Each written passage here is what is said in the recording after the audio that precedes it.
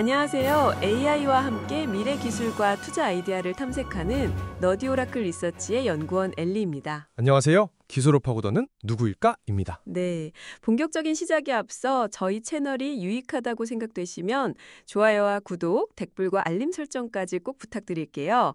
여러분의 클릭 한 번이 저희에게는 정말 큰 힘이 됩니다. 네, 오늘 정말 흥미로운 소식들이 많은데요. 먼저 AI 시장의 심장이라고 할 수 있는 반도체 업계의 치열한 경쟁 상황을 짚어보고요. 이어서 이 모든 AI를 움직이는 전력을 만들기 위한 차세대 에너지 기술 동향, 그리고 마지막으로 AI 기술의 정점인 오픈 AI의 GPT-5 출시 소식과 이에 따른 규제 움직임까지 깊이 있게 다뤄보겠습니다. 네, 이런 소식들을 종합해봤을 때 오늘의 핵심 전략을 한 문장으로 요약하자면 AI가 먹어치우는 전력, 그 너머의 기회를 보라입니다. 반도체 경쟁도 중요하지만 그로 인해 폭발하는 데이터 센터의 전력 소요를 감당할 새로운 에너지 인프라에서 장기적인 투자 기회가 열리고 있습니다. 자세한 내용은 지금부터 하나씩 풀어드리겠습니다. AI 컴퓨팅 전쟁, HBM 가격과 AMD의 추격. 네, 시장의 예상을 뛰어넘는 수준이죠. 이 뉴스의 핵심은 단순히 가격이 비싸졌다는 사실 그 자체가 아닙니다. HBM이라는 기술의 복잡성이 얼마나 커졌는지를 보여주는 상징적인 사건입니다. 누굴까님 많은 분들이 HBM3E까지는 익숙하실 텐데 다음 세대인 HBM4는 구체적으로 무엇이 달라지는 건가요? 가격이 이렇게 뛰는 이유가 궁금합니다. 좋은 질문입니다. 가장 큰 차이는 HBM 칩의 맨 아래층에서 두뇌 역할을 하는 베이스 다이에 있습니다.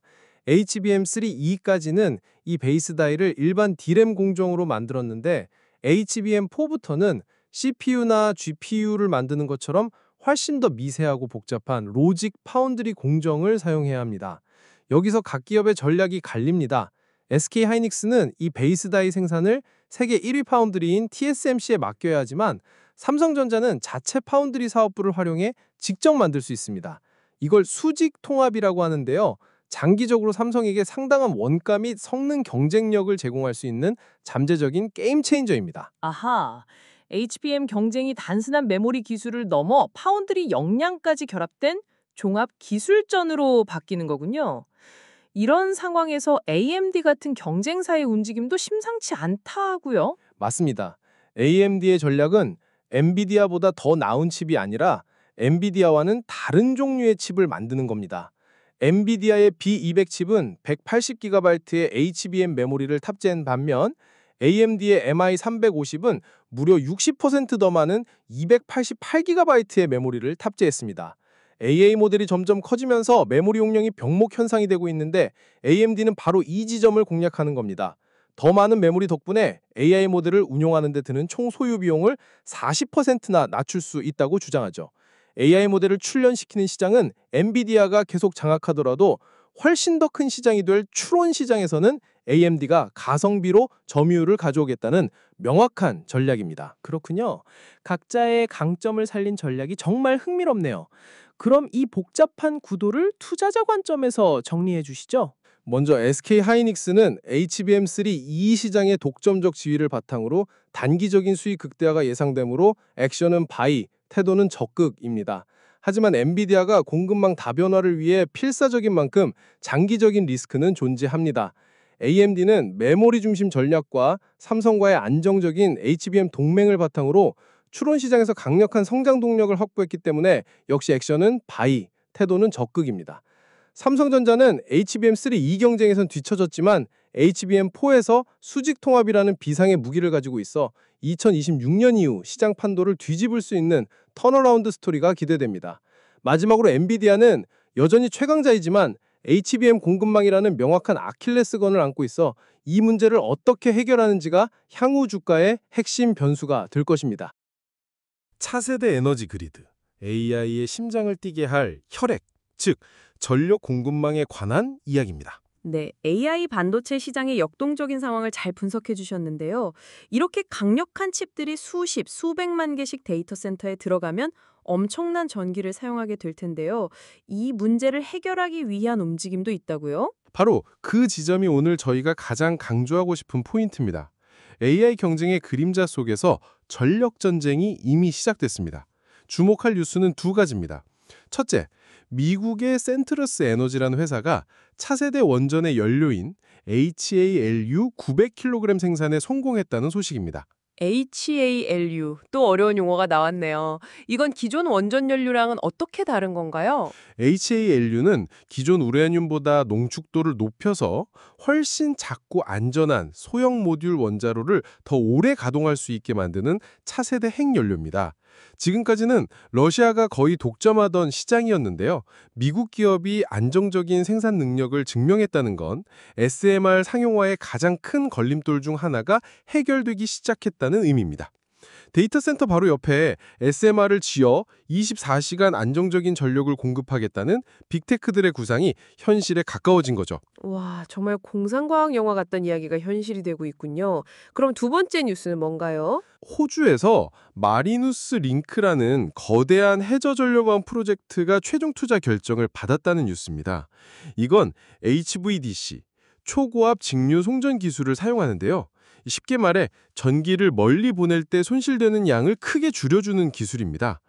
AI 데이터 센터처럼 전력 수요가 폭증하는 시대에는 특정 지역에서 대규모로 생산한 신재생 에너지나 원자력 전기를 손실 없이 다른 지역으로 보내는 이러한 스마트 전력망이 필수적입니다. 정리하자면 SMR 같은 차세대 원전으로 깨끗하고 안정적인 전기를 대량 생산하고 HVDC 같은 스마트 전력망으로 필요한 곳까지 효율적으로 보내준다는 거군요. 이 분야의 투자 기회는 어떻게 봐야 할까요? 이 분야는 장기적인 관점이 필요합니다.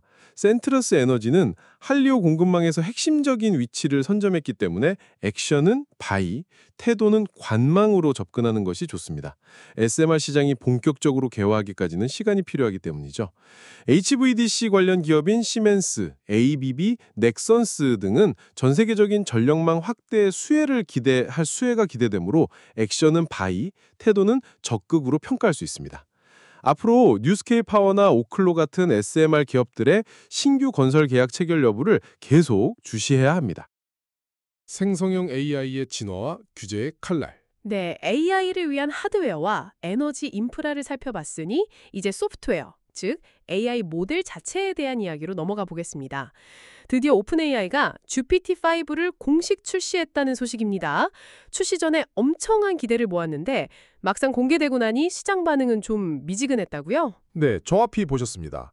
GPT-5 출시 직후 전문가들의 심리를 보여주는 시장 예측 시장에서 최고의 AI 모델을 보유한 기업으로 오픈AI를 꼽는 확률이 출시 전 80%에서 20% 미만으로 급락했습니다. 반면 구글의 확률은 77%까지 치솟았죠. 한마디로 시장은 기대 이하였다라고 평가한 겁니다. 이렇게 반응이 차가웠던 이유가 뭔가요? 성능 향상이 별로 없었나요? 혁명적인 도약이 아니라 점진적인 개선에 그쳤기 때문입니다. 객관적인 벤치마크 점수를 봐도 경쟁 모델인 구글의 제미나이 2.5 프로나 xAI의 그록 4보다 아주 약간 높은 수준에 머물렀습니다. 이는 LLM 기술이 폭발적인 성장기를 지나 성능 향상 폭이 줄어드는 정체기 또는 성숙기에 접어들었다는 강력한 신호입니다. 이제 경쟁의 초점은 누가 가장 똑똑한가에서 누가 가장 효율적이고 저렴하게 운영하는가로 옮겨가고 있습니다. 소프트웨어의 성능 격차가 줄어들면서 오히려 그 소프트웨어를 돌리는 하드웨어의 중요성이 더 커지는 상황이군요. 맞습니다. 바로 그래서 앞서 다룬 AMD의 TCO 전략이 더 중요해지는 겁니다. GPT-5 자체는 추론 능력을 통합해서 스스로 생각하고 결론을 수정하는 등 분명히 진화했습니다. 이는 복잡한 업무를 자동으로 처리하는 AI 에이전트의 등장을 가속할 겁니다. 하지만 이 모든 강력한 기능을 움직이는 데는 비용이 들고 그 비용 경쟁이 이제 막 시작된 거죠. 정말 편리해지겠네요. 하지만 이렇게 강력한 AI가 등장하는 만큼 규제에 대한 목소리도 커질 것 같은데요? 정확합니다. 공교롭게도 GPT-5 출시와 거의 동시에 유럽연합 EU의 AI법, 액트 중 범용 AI 모델에 대한 규제가 본격적으로 적용되기 시작했습니다.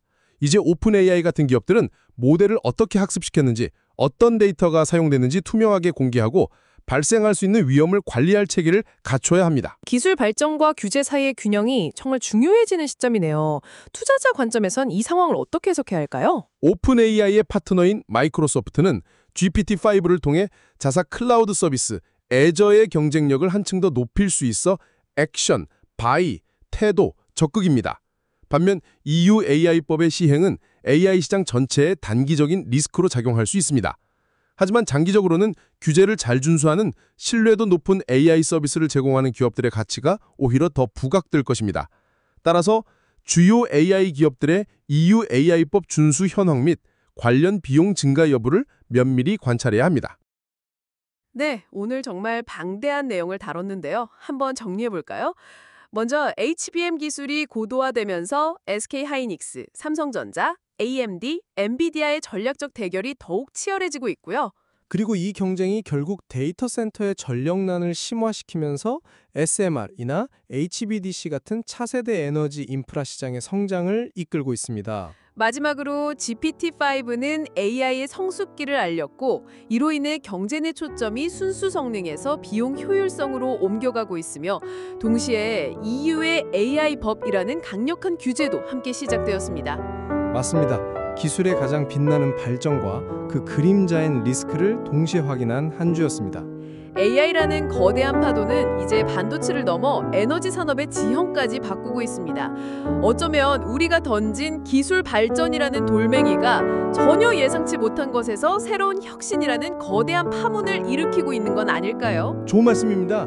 결국 모든 기술은 연결되어 있고 한 분야의 혁신은 다른 분야의 새로운 숙제와 기회를 던져줍니다. 그 연결고리를 먼저 발견하는 투자자가 미래의 승자가 될 것입니다. 네, 오늘 저희가 준비한 소식은 여기까지입니다. 여러분의 성공적인 투자를 위해 저희 너디 오라클 리서치는 다음 주에도 가장 깊이 있는 분석으로 돌아오겠습니다. 시청해주셔서 감사합니다.